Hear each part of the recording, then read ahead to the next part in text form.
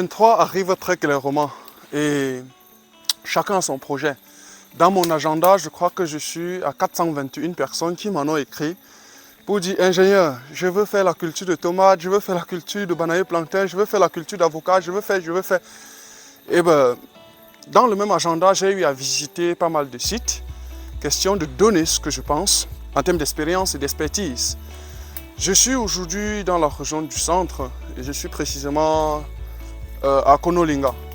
On est dans le cadre d'une descente sur le terrain pour la vérification idoine des paramètres agro-pastoraux. Donc le projet en question, c'est la culture d'avocatier greffé et j'ai une expérience très claire à partager dans cette vidéo. Donc tu restes jusqu'à la fin pour pouvoir clairement avoir cette expérience. Si tu as déjà acheté ton site ou tu ne l'as pas encore acheté. Donc c'est parti pour la vidéo.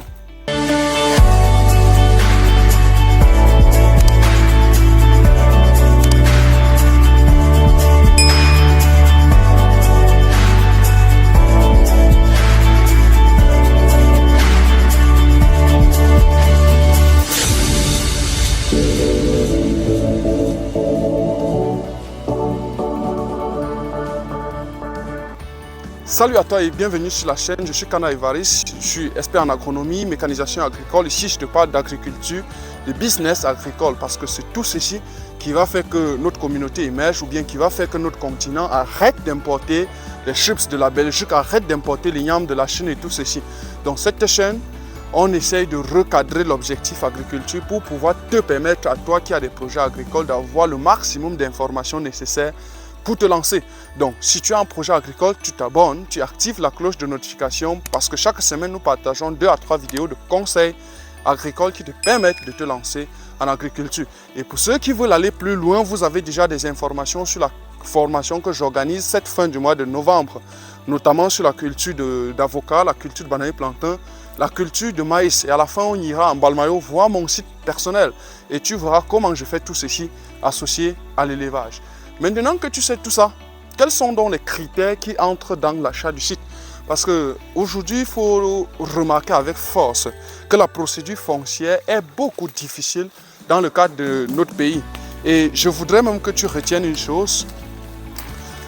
La meilleure sécurisation d'un site, c'est sa viabilisation. J'allais dire, la meilleure sécurité que vous allez faire dans un site, c'est de l'exploiter.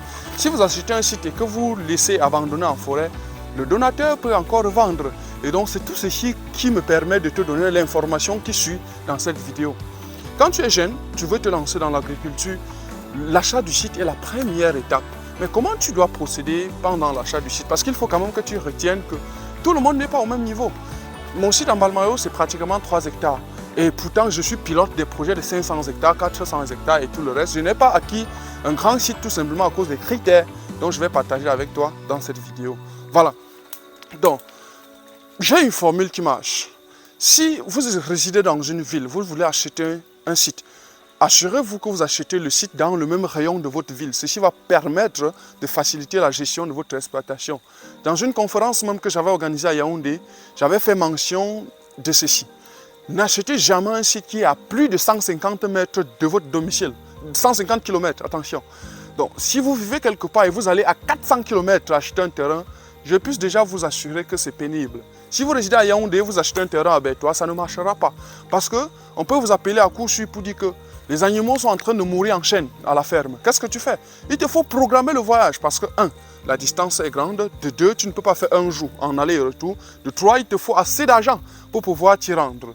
Et de 4 encore, peut-être le site n'est pas accessible. Donc il y a tous ces paramètres qu'il faut regarder. Quand tu es donc face à 150 km, si tu as un bon véhicule qui roule, en 2 heures de temps, tu peux être dans ton site pour pouvoir faire tout ce qu'il y a comme souci. Je me souviens lorsque j'avais acquis mon site en Balmayo en 2019, lorsque le menuisier a lancé les travaux, c'est-à-dire il a commencé à construire, les autochtones sont venus arrêter le travail. Imaginez un seul instant que si j'étais à 400 km, je devais faire attendre mon menuisier pendant 2 jours pour m'organiser à venir. J'étais à Yaoundé sur place, en 45 minutes j'étais déjà dans le site et j'ai pu résoudre le problème qui sévissait à cette période-là. Tu peux donc comprendre que la distance est intervenante. Je suis quotidiennement avec mon ami Tami Jardin qui disait: votre exploitation peut être la plus fertile au monde, mais la distance fait qu'elle ne soit pas rentable. Pour que vous compreniez ça, il faut que je prenne deux exemples. J'étais à Boné-Poupa, dans la région du littoral. Bref, j'étais à peut-être 40 km du goudron, c'est-à-dire après Boné-Poupa, on entrait encore pratiquement de 40 km.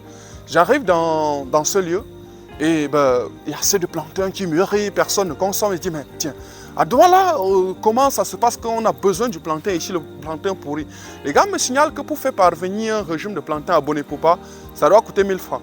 Pour quitter Boné-Poupa jusqu'à Douala, ça doit coûter 500. Ça veut dire qu'en général, quand tu coupes le régime de plantain, pour que ça arrive à Douala, il te faut dépenser à peu près 1500 ou bien 1700 la moto, le petit transport et tout le reste. Et s'il faut vendre à 2000, disons 2500, ça veut dire que tu as 700 francs par régime.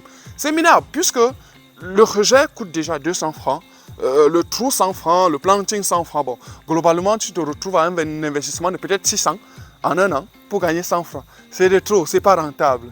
Et il y a beaucoup d'autres facteurs généraux, beaucoup d'autres choses qui rentrent dans le cadre général et ce n'est donc plus rentable. La première condition que moi je vous donne, c'est acheter des sites accessibles. Et l'une des choses, c'est acheter aussi des sites où le réseau téléphonique peut circuler. Parce que imaginez même que vous n'avez pas de réseau, ben, vous avez un problème dans le site, le contremaître, j'allais dire le chef-champ ne peut même pas vous appeler pour dire tiens boss, voilà il y a tel souci, il y a tel souci. Donc quand un site n'a pas de réseau, quand je suis pilote, en tant qu'ingénieur pour ce projet, j'y vais une fois, et ben les autres fois j'envoie mes gars parce que moi je ne peux pas vivre dans des conditions où je ne suis pas joignable. En tant que responsable que je suis aujourd'hui, c'est pas possible. Donc, mais attention, si vous êtes industriel ça veut dire que j'étais avec un monsieur la semaine dernière dans la Haute-Sanaga. Il voulait prendre 500 hectares puisqu'il avait la capacité d'installer 500 hectares. Et là, on peut être dans ce genre d'environnement parce que c'est une industrie. C'est une industrie agro-pastorale qui va se mettre en place. Et vous n'allez jamais vous comparer à ce genre de messieurs. C'est vrai que je vous comprends de temps en temps. Vous me dites que les prix sont accessibles. Monsieur Kana, tu dis que tu veux prendre l'hectare à 500 000. Pourtant, il y a des hectares qu'on vend à 100 000, 150 000. Je dis non. Il est plus intéressant d'acheter un site accessible, même s'il est coûteux. Parce que si vous êtes dans des régions où le développement va vite, vous allez clairement comprendre que d'ici là, votre terrain va prendre de la valeur et nettement, ça va devenir plus intéressant. Donc, regardez tout ceci.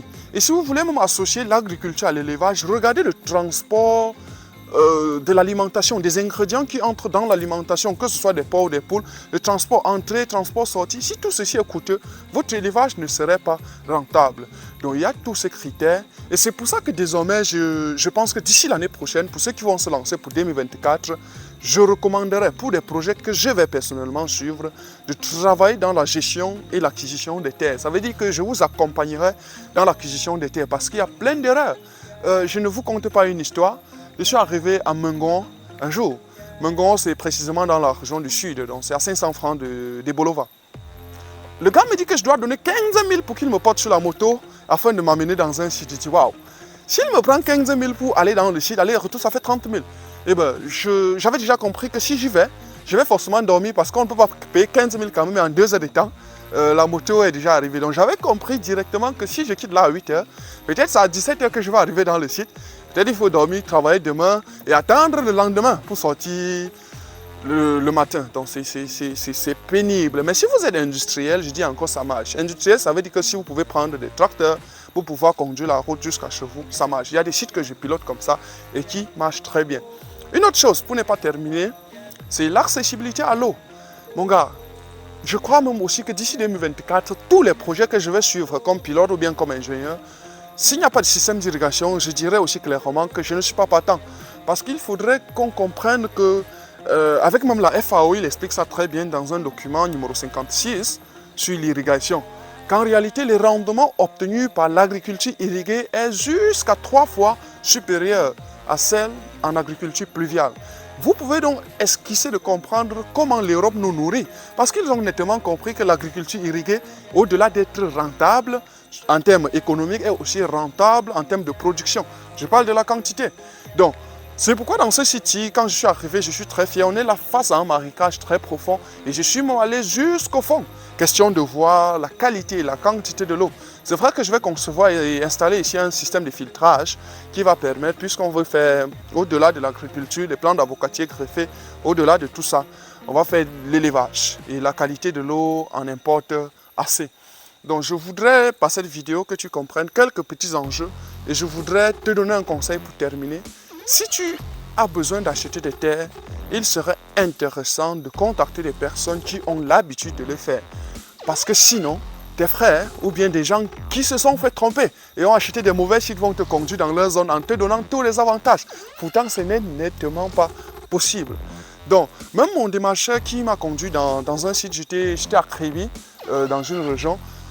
Quand il m'a proposé un site, je lui ai dit non, tiens, allons voir. Quand on est allé, au retour, je l'ai fait même visiter jusqu'à des sites dans la zone de Kribi et il a vu l'accessibilité. Et lui-même, il regrettait nettement d'avoir pris un site dans un environnement où il faut marcher 4 km à pied parce que ni voiture ni moto n'est pas arrivé. Donc c'est terrible. Si tu as écouté cette vidéo jusqu'à la fin, ça veut dire que tu as un intérêt pour l'agriculture. Je te recommande donc de t'abonner, d'activer la cloche de notification pour pouvoir être au contact avec nous au quotidien, question d'avoir assez d'informations qui vont te servir lors de l'installation de ton projet agricole. Je suis Kana Ivaris, votre ingénieur agronome, votre accompagnateur et je suis en Balmayo, donc à tout moment vous avez la capacité de visiter ma ferme. Donc, rendez-vous à une autre vidéo.